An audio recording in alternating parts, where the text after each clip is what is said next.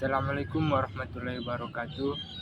Saya Iksan Fitra Rahab, NIM 22 102 00 006. Baik, di sini saya akan memaparkan materi yang berjudul Pegadaian. Baik, yang pertama ialah perkembangan Pegadaian. Sejarah perkembangannya. Pegadaian berkembang pertama kali di Eropa, yaitu Italia, kemudian meluas ke negara-negara lainnya di Eropa seperti Inggris, Prancis, dan Belanda. Di Indonesia, perkembangan Pegadaian dibagi ke dalam dua era, yaitu era kolonial dan era kemerdekaan. Yang pertama, era kolonial.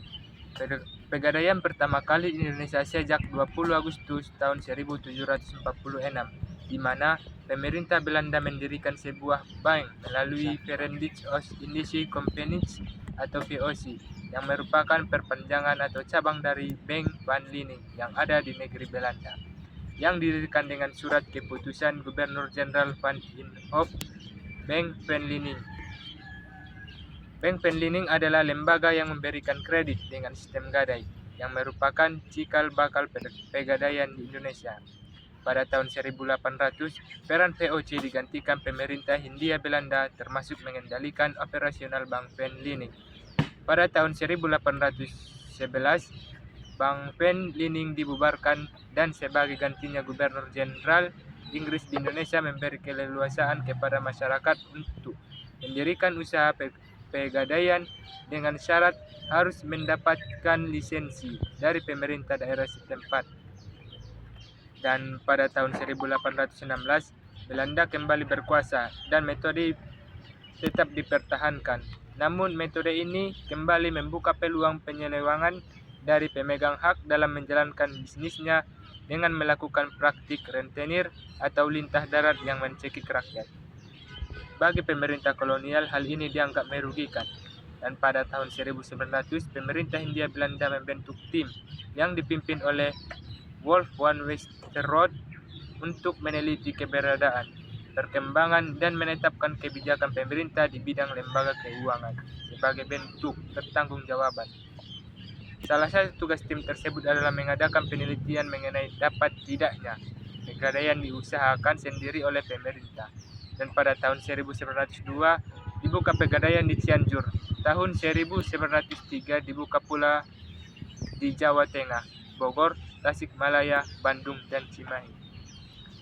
Dan tahun-tahun berikutnya kantor pegadaian negeri terus bertambah jumlahnya dan tumbuh dengan cepat. Aturan dasar pegadaian mulanya ditetapkan pada tahun 1905 dengan STBL nomor 490 dan berlaku hanya untuk Pulau Jawa dan Madura. Dan pada tahun 1917, semua pegadaian di Jawa dan Madura sudah berada di tangan pemerintah. Sementara di daerah luar Jawa dan Madura, masyarakat masih diberi kesempatan untuk mendirikan pegadaian swasta dengan mendapat lisensi dari pemerintah.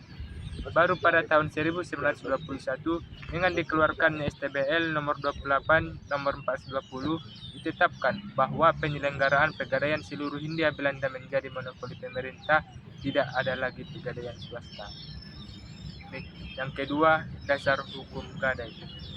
Ketentuan gadai di Indonesia diatur dalam Kitab Undang-Undang Hukum Perdata, yakni dalam pasal 1150 sampai dengan 1160, dengan penjelasannya sebagai berikut.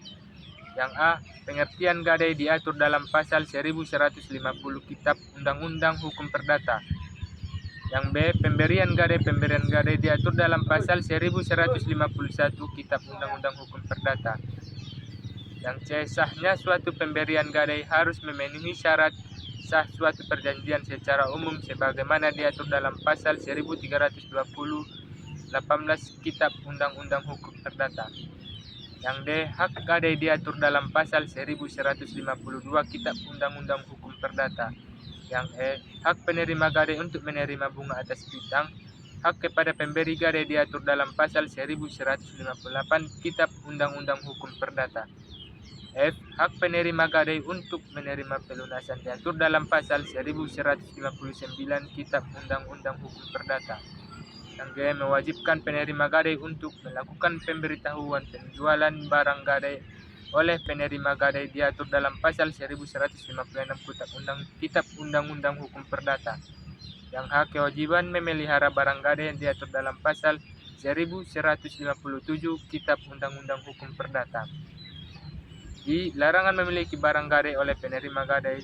Larangan memiliki barang gadai oleh penerima gadai diatur dalam pasal 1154 Kitab Undang-Undang Hukum Perdata. Yang J. Penjualan barang gadai diatur dalam pasal 1155 Kitab Undang-Undang Hukum Perdata. Oke, selanjutnya ialah pengertian pegadaian. Menurut Kamus Besar Bahasa Indonesia atau KBBI, gadai berarti pinjam, meminjam uang dengan jaminan barang atau benda yang diserahkan sebagai tanggungan atas sejumlah uang. Pegadaian merupakan lembaga atau tempat orang yang ingin meminjam dengan sistem gadai. Pegadaian merupakan lembaga keuangan yang berizin resmi untuk menyalurkan keuangan dalam bentuk kredit dengan sistem gadai. Pegadaian adalah suatu bentuk perjanjian di mana peminjam memberikan aset berharga kepada pemberi pinjam sebagai jaminan untuk mendapatkan pinjaman uang. Pinjaman ini diberikan oleh pemberi pinjaman berdasarkan nilai aset yang digadaikan.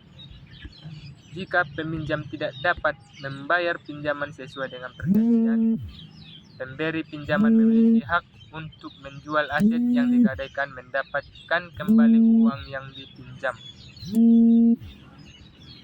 Komponen pegadaian sebagai berikut. A. Pemberi pinjaman atau pegadaian. Yang B. Peminjam atau gadaian. Yang C. Aset atau agunan. Yang D. Nilai agunan atau collateral value. Yang E. Pinjaman. F. Masa pinjaman. G. Bunga. Pengertian gadai diatur dalam pasal 1150 Kitab Undang-Undang Hukum Perdata sebagai berikut. Gadai adalah suatu hak yang diperoleh seorang berpiutang atau suatu barang bergerak yang diserahkan kepadanya oleh seseorang berutang atau oleh seseorang lain atas namanya, dan yang memberikan kekuasaan kepada si berpiutang itu untuk mengambil pelunasan dari barang tersebut secara didahulukan daripada orang-orang berpiutang lainnya, dengan kekecualian biaya untuk melelang barang tersebut dan biaya yang telah dikeluarkan untuk menyelamatkan setelah barang itu digadaikan. Biaya-biaya mana harus didahulukan? Dari rumusan pasal 1150, pelaksanaan gadai harus memenuhi hal-hal sebagai berikut. Yang pertama, gadai hanya atas benda bergerak. Yang kedua, benda milik pemberi gadai atau milik orang lain yang dikuasai kepada pemberi gadai. Yang ketiga, penyerahan penguasaan benda kepada penerima gadai. Yang keempat, pemberian hak kepada penerima gadai untuk memperoleh pelunasan terlebih dahulu atas piutang kreditor lainnya. Selanjutnya, mekanisme gadai pada pegadaian.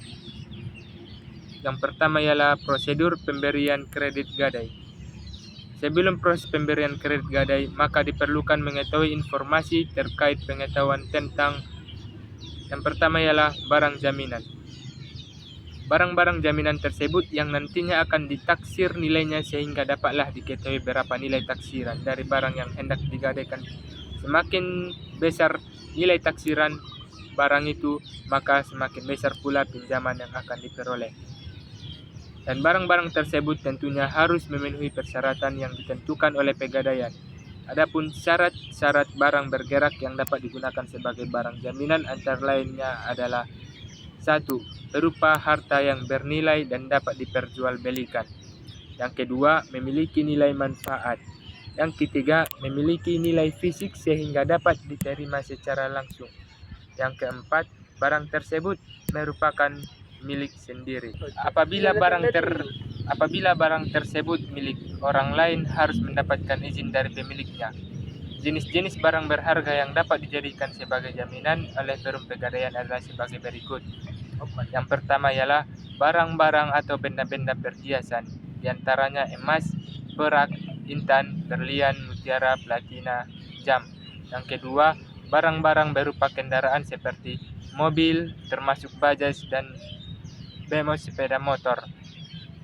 Biasa termasuk becak, barang-barang elektronik seperti televisi, radio, komputer, kulkas, mesin tik, dan mesin-mesin lainnya.